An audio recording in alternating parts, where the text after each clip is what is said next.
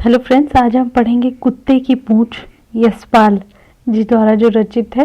तो इसमें हम कुछ जो इम्पोर्टेंट सवाल आए हैं उन्हीं को पढ़ेंगे सीधे, ताकि याद करने में आसानी हो।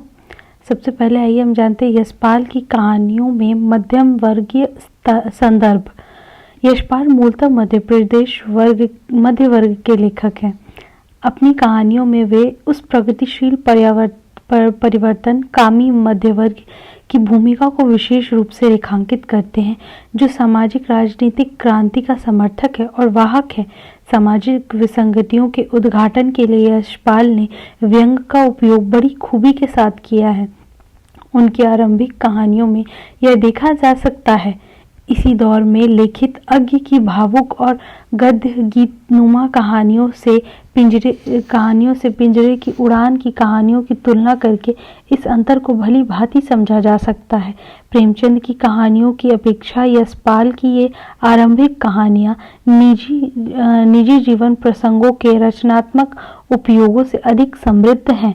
लेकिन अपनी इन कहानियों में भी एक लेखक की हैसियत से यशपाल कहानी और जीवन के पारस्परिक संबंधों को लेकर कहीं भी अस्पष्ट नहीं है। वे लिखते हैं, हमारी कल्पना का आधार जीवन की ठोस वास्तविकताएं ही होती हैं। यशपाल की कल्पना अतीत सुख को अनुभूति के चित्र में बनाकर उससे ही संतोष करने को तैयार नहीं है। अपनी कल्पना की प्रकृति की ओर संकेत करते हुए वे लिखते हैं, आदर्श की ओर संकेत कर समाज के लिए नया नक्शा तैयार करने का यत्न करती है। अपनी कहानियों द्वारा यशपाल एक और मध्यवर्ग की रूढ़ियों और परंपरागत संस्कारों पर चोट करते हैं। वहीं वे अवैज्ञानिक निषेधों और वर्जनाओं की भर्त्सना करके स्वस्थ वैज्ञानिक और सकारात्मक दृष्टिकोण के निर्माण पर बल देते हैं। अकारण भावुकता से बचते हैं। तर्क सम्मत और यथार्थ दृष्टि अपनाकर ही जीवन सार्थक ढंग से जिया जा सकता है। इसी आधार पर यशपाल कला की शुद्धता के सिद्धांत की तीखी आलोचना करते हुए उसे जीवन के संदर्भ में ही प्रयोजनीय और सार्थक मानते हैं। यशपाल की कहानियां बदलते सामाजिक संदर्भों में बदली हुई नैतिकता की हिमायत करती हैं। इसलिए जब वे अनेक प्रकार के विवादों का केंद्र भी रही हैं, वे इस बात पर जोर देते कि अपने विकास के क्रम में समाज ने अपने को तेजी से बदला, इसलिए प्राचीन और परंपरागत मान्यताओं एवं धारणाओं पर गहराई से पुनर्विचार की आवश्यकता है। इसी स्थिति पर टिप्पणी करते हुए वे लिखते हैं, अनेक पुरानी मान्यताएं और परंपराएं आज की परिस्थितियों में बहुत उखड़ी लगती है। इनसे समाज में अव्यवस्था ही उत्पन्न होती दिखाई देती है। समाज का अंग होने के नाते इन अव्यक्त कारणों को सुलझा सकने में बल्कि ज्यादा संतोष अनुभव होता है। इसी ओर मेरी अधिक प्रवृत्ति होती है, यानी असुंदर को प्रकट कर देने की ओर, अपने समाज को अधिकांश अंधविश्वास के धोखे से बचाने की ओर। यशपाल की इस टिप्पणी के संदर्भ में उनकी कहानियों की भूमिका को बेहतर ढंग से समझा जा सकता है। अपनी पीढ़ी के अनेक किशोरों की तरह उन्होंने भी अपना जीवन आर्य समाज की छाया में शुरू किया था। तब आर्य समाज की क्रांतिकारी भूमिका थी। सरकारी अनुदान और दूसरे प्रलोभनों में फंसकर यशपाल ने गहरी हताशा के साथ उसकी धार को कुंठित होते देखा था। अपनी इस क्रांतिकारी भूमिका को छोड़कर रूढ़ और प्रतिक्रियावादी और निषेधपूर्ण धारणाओं से जीवन को नियंत्रित करने की उसकी लालसा को वे सामाजिक विकास की दृष्टि से घातक मानते थे। ब्रह्मचर्य का आदर्श बदली हुई स्थितियों में उन्हें एक बहुत बड़ा ढोंग लगता था। अपनी प्रसिद्ध और विवादास्पद कहानी धर्म रक्षा में इसी दृष्टि से वे आर्य समाज की विचार दृष्टि पर आक्रमण करते हैं। दूसरे प्रकार के शोषण के समान वे स्त्री के मौन शोषण के भी प्रबल विरोधी थे। तुमने क्यों कहा था मैं सुंदर हूँ? मैं वो स्त्री को कुंठित करने वाली स्थितियों को विस्तार पूर्वक अंकन करते हुए उसके प्राकृतिक कामावेग का अंकन करते हैं। उनकी अनेक कहानियां परिवर्तित सामाजिक संदर्भों में स्त्री पुरुष संबंधों की संभावनाओं को तलाशते दिखाई देती है। देखिए, वो जो पार्ट था ना, वो उनकी पिछली कहानियों के बारे में दिया हुआ था कि किस तरह से उनका मोह भंग हुआ आर्य समाज से, और फिर उन्होंने अलग धारा को चुना और विरोधी स्वर में लिखना शुरू किया। तो वो उनकी पिछली कहानियों के बारे में था, जो इतना इम्पोर्टेंट नहीं है। तो हम अब दूसरे पॉइंट को पढ़ते हैं, कहानी की पूंछ। कहानी की पृष्ठभूमि के बारे में। ठीक है, तो इसमें भी आप सीधे इस पैरा से पढ़ना शुरू करेंगे कि इस पृष्ठभूमि में कुत्ते की पूंछ कहानी का पाठ विश्लेषण अपनी विश्वसनीयता के कारण प्रामाणिक हो सकता है। यशपाल कहानी के लिए एक उच्च मध्य वर्गीय परिवार के दंपति का चुनाव करते हैं और व्यंग व विट के सहारे छोटे छोटे बयोरों द्वारा कहानी को विकसित करते हैं। कहानी का नैरेटर पति ही है जो पेशे से वकील है। तत्कालीन भारतीय मध्यवर्गीय समाज में सिनेमा के प्रति गहरा आकर्षण तो था ही, अच्छी चर्चित और नई फिल्मों को देखा जाना सामाजिक प्रतिष्ठा का हिस्सा भी था। पत्नी की जिद पर सारी धंधाई व्यस्तता के बावजूद पिक्चर देखे जाने को जब टाल पाना असंभव हो जाता तो एक दिन उसे देखने का कार्यक्रम बनता। कुछ व्यवहारिक असुविधाओं और दैनिक कार्यों में व्यवधान आने की आशंका के बावजूद दूसरा शो ही देखा जाता है। रात में 12:30 बजे जब शो छूटता है तो तांगे के प्रसंग में एक बार फिर से मध्यम वर्गीय मानसिकता के दर्शन होते हैं, जो तांगे वाले पर यह प्रभाव नहीं डालना चाहती कि तांगे की मजबूरी है या ज़्यादा पैसा देकर भी लेना ही है।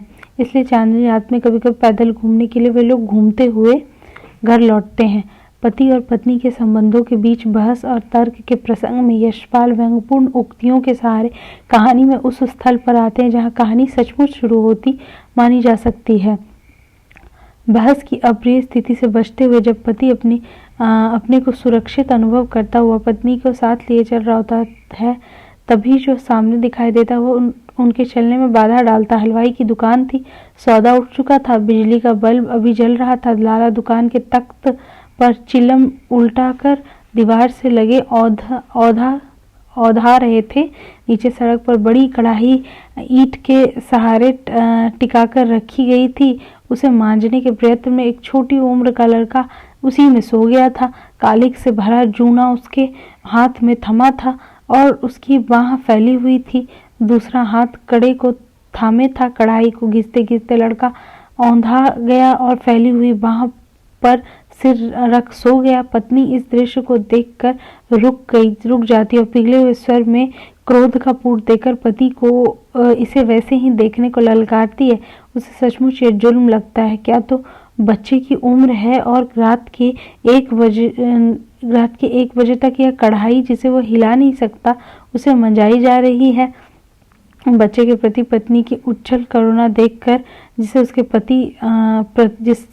उसके प्रति उनके व्यवहार ने और स्पष्ट कर दिया था। पति एक पढ़े लिखे बुद्धिजीवी की भाषा में जिसे वह स्वयं मार्क्सवादी विचारधारा के अनुरूप समझता है और मानता है टिप्पणी करता हुआ कहता, मनुष्य द्वारा मनुष्य के शोषण की कोई सीमा नहीं है।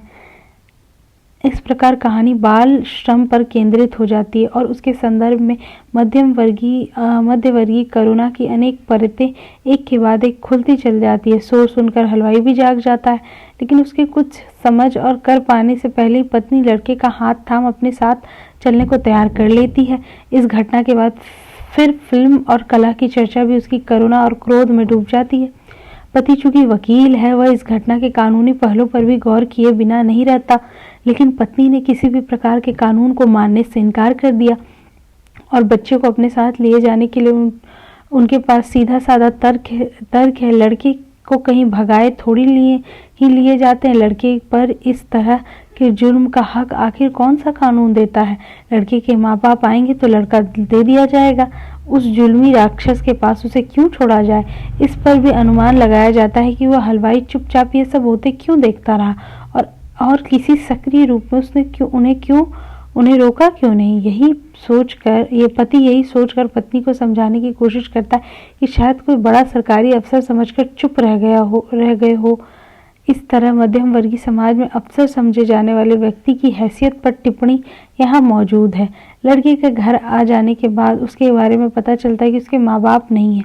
कोई दूर का रिश्तेदार उसे हलवाई के यहाँ छोड़ गया था। अगले दिन हलवाई भी पहुँचता है। वकील दंपति की अभिजाती और हैसियत के प्रति सारे स्वाभाविक संकोच के बावजूद वह अपना पक्ष रखता है। लड़के के बाप की तरफ लाला के 60 रुपए आते थे। लाला जी उल्टा अपने पास से लड़के को खिला पिलाकर पाल पोस रहा है। लड़के की कोई उम्र भी है कि उससे काम लिया जा सके? बस दुकान की चीज वस्तु उठाकर इधर उधर रख देता है। अपने 60 रुपये मिल जाने पर वह सूद भी छोड़ मन ही मन तैयार कर चुकी थी, छोड़ देने को तैयार है। पत्नी लाला की बात सुनकर शायद 60 रुपये देने को अपने को मन ही मन तैयार कर चुकी थी कि अचानक सामने आकर पति ने मोर्चा संभाल लिया। लाला, जो हुआ अब चले जाओ, वरना लड़का मांगने और क्रुएलिटी टू चिल्ड्रन के जुर्म में गिरफ्तार हो जाओगे। पत्नी गहरे आत्मविश्वास के साथ पति की ओर देखती है और जैसे उसे विश्वास हो कि पति की सारी आशंकाओं के बावजूद इससे भिन्न और कोई होना नहीं था। फिर लड़के को संस्कारित और दीक्षित करने का कार्यक्रम बड़े पैमाने पर शुरू होता है। उसका नाम हरुआ से बदलकर हरीश किया जाता है। उसके शरीर पर जमी मैल की परतों को साबुन से धोकर साफ किया जाता है। उसके बाल कटवाए जाते हैं। अपने 4 वर्ष के बेटे विशु की कंघी उसे देकर उसके बालों को पुख्ता इंतजाम किया जाता है। चूंकि 4 और 8 वर्ष के बच्चे में शारीरिक दृष्टि से काफी अंतर होता है, इसीलिए विशु के कपड़ों का ख्याल छोड़कर उसके लिए नेवी कट कॉलर के 3 कमीज और निक्कर सिलवा लिए जाते हैं। मध्य वर्ग पर व्यंग। प्रथम दर्शनी दिखने वाली संवेदनशीलता, मानवीयता को देखकर पाठक श्रीमती जी और श्रीमान की दया दृष्टि व सहानुभूति से प्रभावित हुए बिना नहीं रहते। कोई विरला इंसान ही इस प्रकार का कदम उठाता है, लेकिन इसके पीछे के सत्य का जल्द ही पता चल जाता है। शुरू में हरीश के प्रति पत्नी का मध्यम वर्गीय उत्साह देखते ही बनता है। छोटे मोटे घरेलू कामों में हरीश की दक्षता जैसे उनकी अपनी सफलता हो। वह उसकी स्वाभाविक प्रतिभा से इस कदर अभिभूत है कि पति से उस अमेरिकी प्रेसिडेंट का नाम भी पूछती है जो मजदूर से उस हैसियत तक पहुंचा था। आदमी को अगर मौका मिले तो आदमी क्या नहीं कर सकता। वह खुश है कि उसने दुकान पर हलवाई की कढ़ाई मांजने वाले लड़के के लिए अपार संभावनाओं की राह खोल दी। विशु और हरीश के बीच आते रहने वाले टकराव को वह धैर्य से दूर करने का प्रयास करती है। हरीश के प्रति माँ के इस लगाव को देखकर विशु को ईर्ष्या भी होती है। वह इस प्रतिक्रिया में कभी सूरत बनाकर बैठ जाता, कभी विसुरने लगता और कभी हाथ में आई चीज से उसे मारने की कोशिश भी करता। लेकिन बेटे की इस बातों में उसकी माँ को मनुष्यता और निर्धनता का अपमान दिखाई देता है। गंभीरता से विशु को ऐसा अन्याय करने से रोकती है और हरीश का साहस बढ़ाकर उसे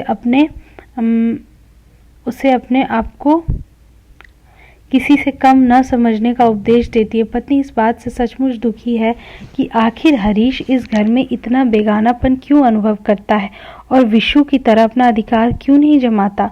जरूरत पड़ने पर भी वह किसी चीज के लिए विशु की तरह ही जिद क्यों नहीं करता। पत्नी को यह भी लगे कि बिना नहीं रहता कि पति का भय ही शायद उसके इस संकोच का कारण है। इस बीच किसी रियासत के एक मुकदमे के सिलसिले में पति किसी बड़े वकील का जूनियर बनकर कुछ दिनों के वो बाहर चला जाता है। उसे यह भी लगता है कि अब उसके पीछे उन्मुक्त वातावरण में उसके भय और संकोच से मुक्त होकर लड़का शायद तेजी से मनुष्य बन सके। 2.5 गुना आमदनी के लालच में 4 महीने का प्रवास भी वह भुगतता है। शुरू में पत्नी के पत्रों से हरीश के बारे में जो सूचनाएं उसे मिलती रही थी, अचानक उनमें एक आधारभूत परिवर्तन घटित होता है। पहले उसके पति पत्नी के उत्साह में कमी आती है, फिर वह हताश और शिकायतों में बदल जाता है। हरीश की ओर से हुए मोह भंग की स्थिति में अब वह आम गंदे लड़कों की तरह गली के मैले कुचैले लड़कों में खेलता है। उन्होंने उसकी पढ़ाई लिखाई की जो व्यवस्था की थी उस और बिल्कुल ध्यान नहीं है। फिर यह भी सूचना मिलती है कि अब वह कहना नहीं मानता और बहुत जिद्दी है, बहुत डल है। हर समय कुछ न कुछ खाता रहता है जिससे उसका हाजमा भी ठीक नहीं रहता। पति के लौटने पर और बहुत सी शिकायतें के बाद, जिनमें परिवार के प्रति पति की उदासीनता और लापरवाही की शिकायत प्रमुख है। सचमुच तुम बड़े अजीब आदमी हो। हम फिक्र में मरते रहे और तुमसे खत तक नहीं लिखा जा सकता था। ऐसी भी क्या बेपरवाही। यहाँ मुसीबत की लड़के को खांसी हो गई, 3 बार डॉक्टर को बुलवाना पड़ता था। घर में सिर्फ 2 नौकर हैं, वे घर का काम करें या डॉक्टर को बुलाने जाएं। इस लड़के को देखो जरा, डॉक्टर बुलाने भेजा तो सुबह से दोपहर गलियों में खेलता फिरा और डॉक्टर का घर इसे नहीं मिला। डॉक्टर जमील को शहर में कौन नहीं जानता। बात लड़की की मूर्खता और खिलंदरेपन का आकार टिक जाती है। विशु की बीमार पड़ने पर उसे डॉक्टर को बुलाने भेजा। घर में और जो सिर्फ 2 नौकर हैं वे घर का काम करे या डॉक्टर बुलाने जाए तो वह दोपहर तक गलियों में घूमता फिरे लौटा। तो वह शहर में कौन नहीं जानता। इसके बाद हम यहाँ थे। उपस्थिति में ही फिर पति की उपस्थिति में उसे एक साथ कई काम बता दिए जाते हैं। विशु को गोद से उतारकर गुसलखाने में पड़े गीले कपड़े को धुले जिसके लिए उसे कई बार कहा गया। पत्नी को लेकर पानी को लेकर खसखस की टटियों को स्टूल पर खड़े होकर ढंग से ठीक से भिगो दे। उसे हिदायत दी जाती है कि बेकार ही पानी बहाना दे।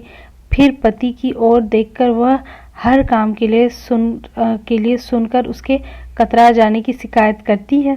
धीरे धीरे पत्नी से उसके बारे में उन्हें और कुछ महत्वपूर्ण सूचनाएं मिलती है। उसे पढ़ाने के लिए स्कूल के एक लड़के को 4 रुपयों में रखा था। उसे छुड़ा दिया गया क्योंकि उसका पढ़ने में मन नहीं लगता है।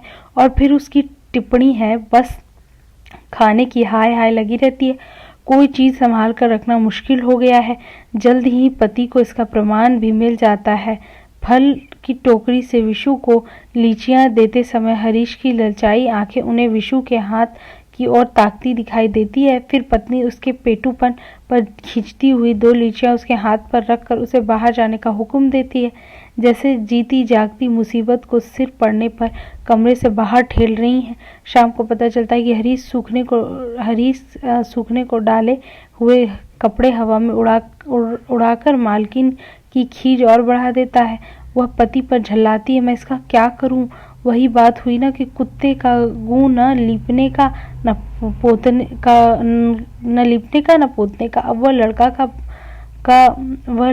वह लड़का एक बला में बदलने लगता है। उनकी मुख्य चिंता यह है कि इसकी संगत में विशु क्या सीखेगा। और फिर उसकी निष्कर्षात्मकता टिप्पणी है, कम जात कहीं अपनी आदत से थोड़ी ही जाता है। और फिर वे जैसे अपने इस सूत्र को आगे बढ़ाते हुए कहती है, बंदर को मुंह लगाने से वह नोचेगा ही तो। इन लोगों के साथ जितनी भलाई करो उतना ही सिर पर आते हैं। यह कोई आदमी थोड़े ही है। पति ऐसी राह निकालता है कि अपनी बात कह पाने पर भी पत्नी को अपना विरोध न जान पड़े। वह कहते, जानवर को आदमी बनाना बहुत कठिन है। उसे पुचकार कर पास बुलाने में बुरा नहीं मालूम होता, क्योंकि उसमें दया करने का संतोष होता है।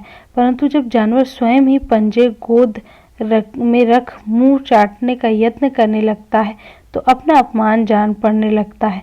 विरोध से बचने की इच्छा करने पर भी जब पत्नी के तेवर उससे उसका बचना कठिन दिखाई देता है तो वह उसे सरकार और मजदूरों के झगड़े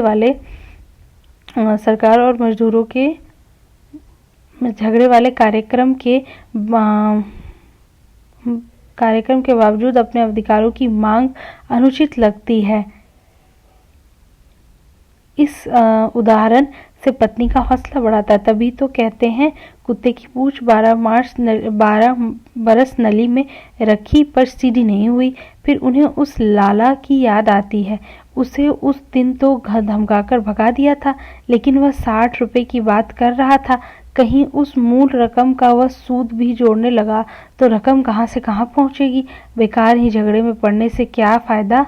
पति जब उन्हीं के मुंह से इसका खुलासा जानना चाहते हैं तो पत्नी का उनकी नासमझी पर खींचना स्वाभाविक है। इस खींच में जैसे जानवर को आदमी बना सकने की अपनी असफलता की झेप भी शामिल है। पति को लगे बिना नहीं रहता कि बात दब भले ही गई हो, पूरी तरह से टली नहीं है। कुत्ते की पूंछ एक दफे काट लेने के बाद उसे फिर उसकी जगह लगाना कैसे संभव है। इसी तरह एक बार मनुष्यता का चस्का लग जाने पर किसी को जानवर बनाए रखना भी तो संभव नहीं। अब पढ़ते मध्यम वर्ग में छिपे स्वार्थ की अभिव्यक्ति। कहानी के इस पाठ विश्लेषण के बाद इन मुद्दों पर बात की जा सकती कि जिनका संकेत इस पाठ में शुरू में किया गया। यशपाल एक मध्यम वर्गीय लेखक है, लेकिन वे मध्य वर्ग के मनोविज्ञान को व्यंग द्वारा उद्घाटित करते हुए उसकी निसारता को स्पष्ट करते हैं। हरीश हरुआ के प्रति पत्नी का आकर्षण और उसमें निहित करुणा धीरे धीरे रंग खोती जाती है और बहुत जल्दी वो अपने वास्तविक धातु दिखाने लगती है। मध्यम वर्गीय परिवेश और बोली में उनके द्वारा बोले गए मुहावरे हरुआ के प्रसंग में उनकी मानसिकता और वास्तविक तल को स्पष्ट कर देते हैं। आखिर उसे लेकर उनके सारे सत्प्रयासों का क्या होता है? वह नाली की गलाजत पर पला पुसा लड़का नाली के कीड़े की नियति लेकर ही पैदा हुआ है। वह कुत्ते का गूं ही है जिसका कोई उपयोग लीपने पोतने में नहीं हो सकता।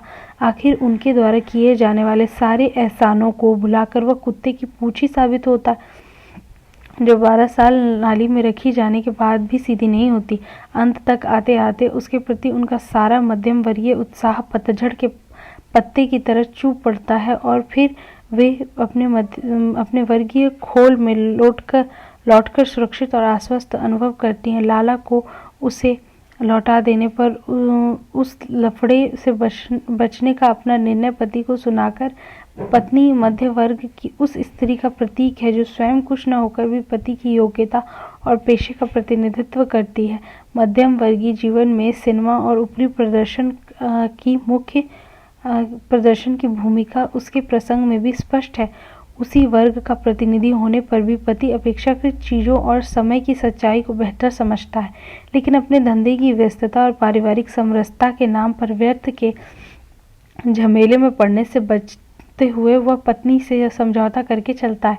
चूंकि कहानी का भाव पक्ष वही है, कहानी उसी के द्वारा कही गई है। मजदूरों और सरकार के संघर्ष में वह मजदूरों के विरोध में जाकर सरकार के पक्ष में ही टिप्पणी करता है।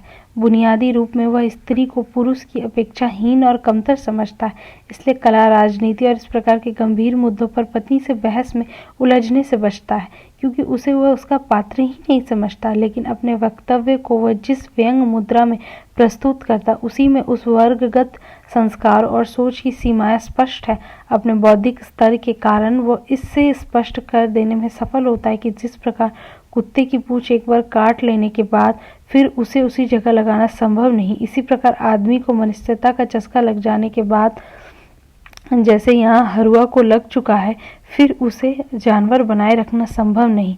यशपाल मध्यम वर्गीय लेखक होने के बावजूद मध्य वर्गीय संस्कारों और सोच की तीखी आलोचना करते हैं। इस वर्गीय सोच के अतिक्रमण में ही वस्तुतः उनकी रचनात्मक सार्थकता की तलाश की जानी चाहिए। कुत्ते की पूंछ बाल श्रम के विरोध में लिखी गई उनकी एक उल्लेखनीय कहानी है। मध्यम वर्ग की सोच की सबसे बड़ी सीमा यही है कि इस निम्न वर्ग के प्रति जिसका प्रतीक वह लड़का हरुआ है, उसकी सारी कथित करुणा और मानवता एक दिखावा है और दूसरी बहुत सी चीज़ों की तरह ही वह भी उनके लिए सजावट और प्रदर्शन की चीज़ है। उनका वास्तविक लक्ष्य उसकी भलाई नहीं है। अपने लिए हासिल की गई वह सामाजिक प्रतिष्ठा है जो उन्हें दूसरों का हमदर्द और उस निम्न वर्ग के प्रति संवेदनशील बताकर सहज ही प्राप्त की जा सकती है। लेकिन कहानी के अंत में पति की टिप्पणी से यह स्पष्ट हो जाता है कि हरुआ की सहायता कोई नहीं कर सकता, अपनी सहायता वह स्वयं ही करेगा। चूंकि एक बार उसे आदमी बनाने का चस्का लग गया, इसलिए वह अपने ही प्रयत्नों और संघर्ष से देर सवेर आदमी का रूप में ही अपनी पहचान बनाएगा।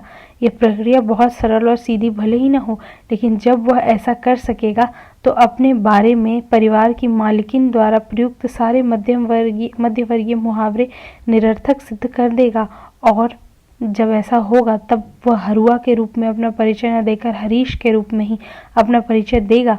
मध्य वर्ग की सारी सोच और संस्कारगत सीमाओं के उद्घाटन के बाद भी उसके विकास के संदर्भ में उसकी उल्लेखनीय भूमिका यही है कि अपने बारे में सच का पता उसे उसी के संपर्क में चला है, लेकिन उसकी वास्तविक यात्रा यहाँ से शुरू होकर अगली मंजिलों की ओर होनी है। कुत्ते की पूंछ की भाषा शैली। पति द्वारा पत्नी के बौद्धिक स्तर पर की गई टिप्पणी से मध्यवर्गीय बुद्धिजीवी पुरुष की मानसिकता को समझने के लिए यशपाल विशेष रूप से मुहावरों और व्यंग का उपयोग करते हैं। स्त्रियों से भी कला के विषय में बात की जा सकती है, खासकर जब परिचय नया हो, परंतु स्वयं अपनी स्त्री से, जिसे आदमी राग रोएस से पहचानता हो, बहस का विचार विनिमय में क्या रस। पत्नी की शिकायत कर पति कभी उनके साथ विचार विनिमय या बहस नहीं करते तो सीधा सा जवाब मिलता है, जिस व्यक्ति से विचारों की पूर्ण एकता हो उससे बहस कैसी। इस बार छोटे छोटे व्यंग्यात्मक वाक्यों द्वारा पति का पत्नी के बारे में जो रवैया है उसे स्पष्ट करते जाते हैं। यशपाल की कहानी में विचार की भूमिका आधारभूत होती है, उसी विचार के अनुरूप वे पात्रों के अवतरण करते हैं। कुत्ते की पूंछ कहानी रचना प्रक्रिया की दृष्टि से एक प्रतिनिधि कहानी है। इस कहानी में विचार ही मुख्य और महत्वपूर्ण है। यशपाल विचार के अनुरूप पात्र, स्थितियां और भाषा का चुनाव करते हैं। कला पर बात करते जब पत्नी का ध्यान कड़ाही में सोए बच्चे पर जाता है, कला की चर्चा के बीच में रोककर वह उस ओर बढ़ जाती है। पति इस समय बात काटने और बीच में वार्तालाप बंद होने से चिढ़ जाता है और पत्नी के बारे में उसके मन में उठ रहे विचारों की अभिव्यक्ति यशपाल इस मुहावरे द्वारा करते हैं। राजा कहानी कहे, रानी जू टटोले। इस मुहावरे में पति की खींच पूरी तरह से उभर आई है। कहानी में पति पत्नी के बीच होने वाली बहस की व्यर्थता के लिए वे रेत के बोरे में चलाई जाने वाली संगीन की उपमा द्वारा स्पष्ट करते हैं। हरुआ को संस्कारित करने वाली समूची प्रक्रिया में कुएं छोटे छोटे ब्यौरों और व्यंग भरी उक्तियों से स्पष्ट करते हैं, जैसे हरीश के शरीर का मैल साबुन की झाग में घुल घुल कर बह गया, वह सांवला सलोना बालक निकल आया। उसके शरीर में भी वैसी ही रक्त मांस है जैसा कि किसी और के शरीर में। हरुआ को हरीश बनाने की प्रक्रिया में अपने ही बेटे से हो रहे विरोध को रोकते हुए श्रीमती जी अपनी सामंतवादी सोच का परिचय देना चाहती है। यह कहकर कि इस लड़के के भी दिमाग है, यह भी मनुष्य का बच्चा है और इसे मनुष्य बनाना भी हमारा कर्तव्य है। हालांकि यह कहानी मध्यम वर्गीय सोच में शामिल है कि अपने स्वार्थ को छिपाने के लिए गरीबों पर दया दिखाने का नाटक वे करे। यशपाल ने श्रीमती जी की स्वार्थ सोच और स्वार्थ प्रवृत्तियों को दर्शाने के लिए बहुत सटीक शब्दावली और व्यंग भरी उक्तियों का प्रयोग किया है। स्थितियों के विकास के लिए वे पर्याप्त मौलिक और वर्गीय चेतना के अनुरूप उपमाओं और ब्यौरों का उपयोग करते हैं। जिस काम के लिए कहूँ कतरा जाता है, पड़ चुका यह, बस खाने की हाय हाय लगी रहती है, जाने कैसा भुक्कड़ है, इन लोगों को कितना ही खिलाओ समझाओ, इनकी भूख बढ़ती जाती है। हरीश द्वारा सूखने डालने गए कपड़े हवा में उड़ने पर सारा दोष उसी पर मर दिया गया और श्रीमती हरीश के लिए जिन लोकोक्तियों का प्रयोग करती है वह हरीश के निम्न वर्ग होने को न केवल उजागर करती है बल्कि जाति के साथ जोड़कर उसकी योग्यता को आंकने लग जाती है। वही बात हुई ना कुत्ते का गू न लिपने का न बाथने का, अच्छी बला गले पड़ गई। कमजात कहीं अपनी आदत से थोड़ी ही जाता है। श्रीमती का मध्यवर्गीय सोच हरीश की शारीरिक क्षमता का समुचित दोहन न कर पाने के कारण जुझलाहट में तब्दील हो जाती है। हरीश के भीतर एक शोषित पीड़ित मनुष्य की चेतना का विस्तार होता देखकर श्रीमती को गुस्सा आ जाता है। एक गरीब बालक उसके प्रति किए गए अच्छे व्यवहार के कारण जैसे जैसे व्यवहारिक जीवन से परिचित होता जाता है वैसे वैसे उसमें इंसान होने तथा अपने अस्तित्व के प्रति चेतना जाग उठी थी। उसमें जाग उठे इस एहसास का पता श्रीमती और उनके पति को लग चुका था। विशु की गोद में लेकर बैठे हुए श्रीमान के साथ सट कर खड़े होने की हरीश की ढिठाई उन दोनों को ही खल जाती है, जिसे यशपाल उनके वर्गीय चेतना के अनुरूप उपमाओं द्वारा अभिव्यक्त करते।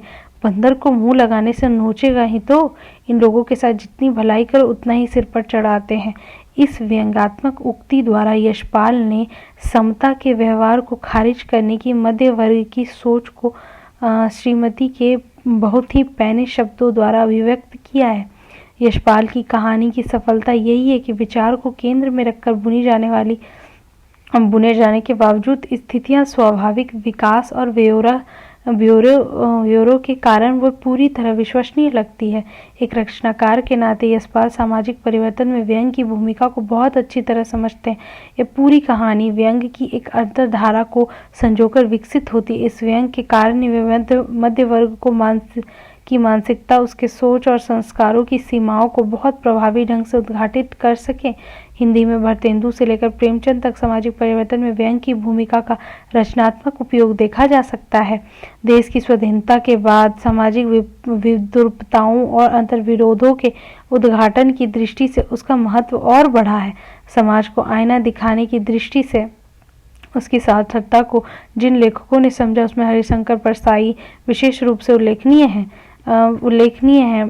परसाई वस्तुतः यशपाल की इस परंपरा के लेखक है। कहानी में मध्यवर्गीय पात्रों को अपना माध्यम बनाकर भी इसी व्यंग्य मुद्रा द्वारा यशपाल मध्यवर्गीय मानसिकता और सोच की सार्थक आलोचना की शुरुआत करते हैं। यशपाल की कहानियां आकार की दृष्टि से छोटी होती हैं। बहुत धैर्यपूर्वक और सुनियोजित ढंग से वे कहानी को विकसित करते हैं। उनकी कहानी में पात्रों की अपेक्षा आइडिया विचार की भूमिका अधिक महत्वपूर्ण होती है। उनका मानना था कि पात्रों को आधार बनाकर लिखी गई कहानियां अपनी प्रकृति में रेखाचित्र के निकट आ जाती है। इसी कारण उनकी कहानियों में विचार की भूमिका आधारभूत होती है। उसी विचार के अनुरूप वे पात्रों के अवतरण करते हैं। उनकी रचना प्रक्रिया में की दृष्टि से कुत्ते की पूंछ को उनकी एक प्रतिनिधि कहानी माना जा सकता है। कहानी का विचार ही मुख्य और महत्वपूर्ण है। उसी के अनुरूप पात्र, स्थितियां, भाषा का चुनाव वे करते हैं। स्थितियों के विकास के लिए वे पर्याप्त मौलिक और वर्गीय चेतना के अनुरूप उपमानों और ब्यौरों का उपयोग करते हैं। वे कभी वे पत्नी के बीच होने वाली बहस की व्यर्थता के रेत के बोरे में चलाई जाने वाली संगीन की उपमा, स्थितियों के विकास के लिए पर्याप्त मौलिक और वर्गीय चेतना के अनुरूप उपमानों और ब्यौरों का प्रयोग करते हैं। कभी वे पति पत्नी के बीच होने वाली बहस की व्यर्थता के रेत के बोरे में चलाई जाने वाली संगीन की उपमा द्वारा स्पष्ट करते हैं। हरुआ को संस्कारित करने वाली समूची प्रक्रिया को वे छोटे छोटे जीवंत ब्यौरे और व्यंग्य भरी उक्तियों से स्पष्ट करते हैं। यशपाल की कहानियों की उल्लेखनीय सफलता यही है कि विचार को केंद्र में रखकर बुने जाने के बावजूद स्थितियों के स्वाभाविक विकास और ब्यौरे के कारण वे पूरी तरह विश्वसनीय लगती है। इस दृष्टि से उनकी कुत्ते की पूंछ को उनकी एक प्रतिनिधि कहानी माना जा सकता है। तो आज ये हमारा खत्म हो गया कुत्ते की पूंछ कहानी। अब इसके आगे हम दूसरा चैप्टर पाजेब पढ़ेंगे। तो अभी इसको यहीं पे ख़त्म करते हैं हम। आगे का वीडियो जल्दी आपके साथ शेयर किया जाएगा। तब तक के लिए हमारे साथ जुड़े रहिए। Thank you.